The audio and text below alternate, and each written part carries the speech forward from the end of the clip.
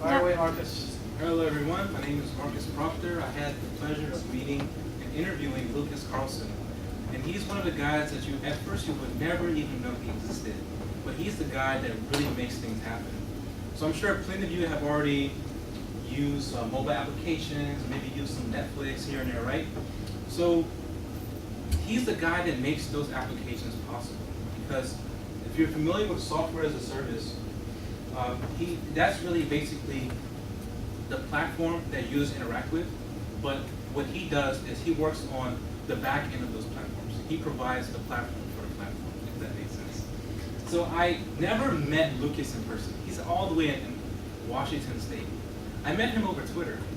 So I made a tweet about following entrepreneurs and how they provide a lot of wisdom and guidance through Twitter, and he actually replied to me and said, "Hey, yo, bro, I'm following you too."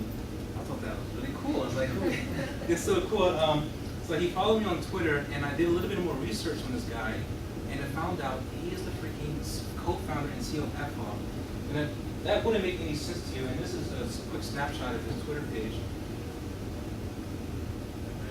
So let me just talk a little about what his company does. So I try to give a quick analysis here of a project I'm working on, which is called EduPal. It's an application for students to use through their phone, tablets, or computers. Now, me being a small-time developer, I don't have bucket loads of cash, so I want to look for a platform to host my application for a relatively low cost.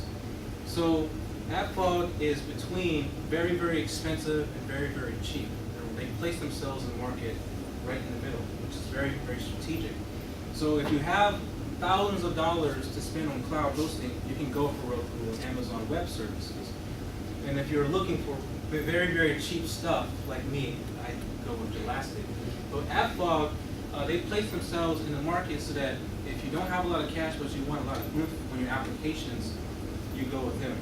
So users access the software as a service, and the software as a service is built upon the platform as a service, and then that last one stands for infrastructure as a services. So if you have big bucks, you usually get all three. For me, I don't have a lot of cash, so I just go with platform and software as a service.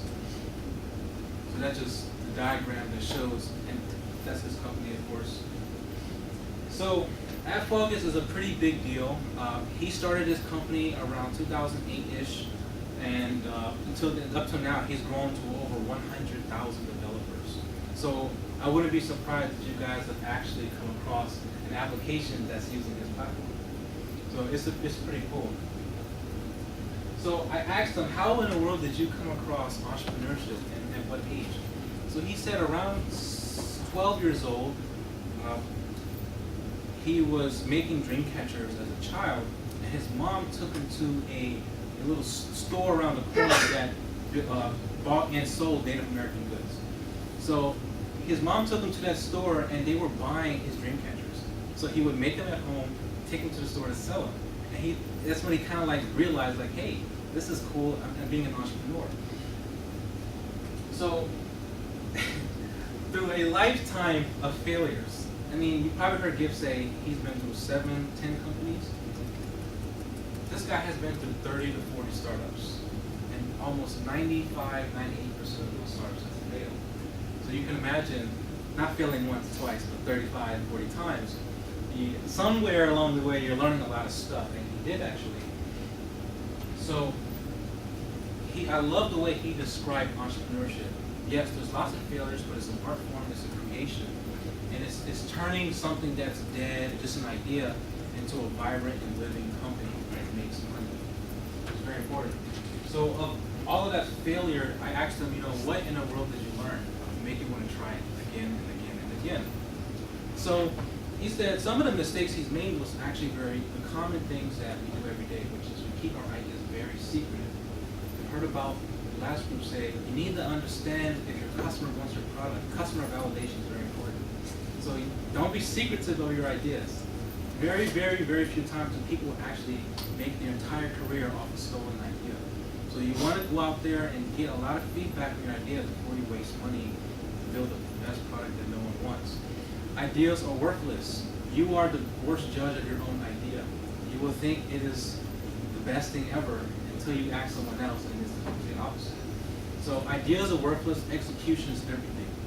I think it's like 80% execution, 20% idea. Because anyone with two hemispheres in the brain can come up with an idea. But execution takes a lot of guts, risk, and willpower to make yourself succeed. And the last one was take care of yourself. If you're doing terrible as a person, health-wise, your company is not going to succeed because you're going to be in a hospital or constantly sick. So we said, take care of yourself. When you have the chance, get out there and exercise and really invest in yourself as much as you do in your company. And so if you want to follow Lucas, you can follow him on Twitter, Card Magic, or visit his website, lucascarlson.net. I'm sure you will find something in his website that will really spark something in you.